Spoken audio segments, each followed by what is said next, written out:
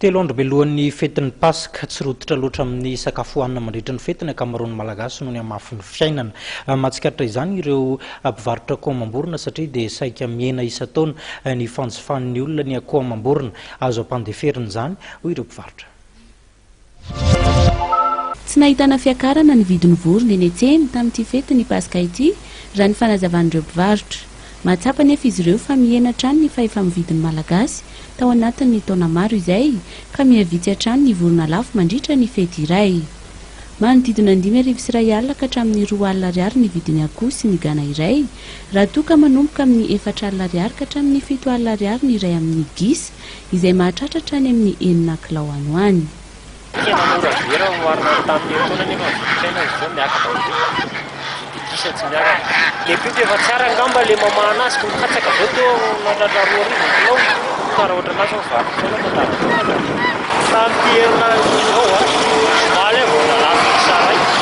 Noho ny andro fety dia tian'ny malagasy ny miala amin'ny nahandro mahazatra, hany ka ny vorona matetika no atao laoka.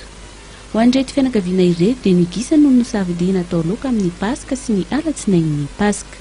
Fahitana vidiny aloha zany somary lafolafo ihany fa mba miala amin'le mahazatra isan'andro.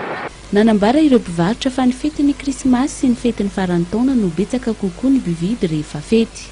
Nanambara izy ireo fa avarinany amin'ireo seho sehatra izay malaza isaky ny faran'ny taona ny mpianakavy ka tsy dia manahy loatra ny sakafo ao an-trano.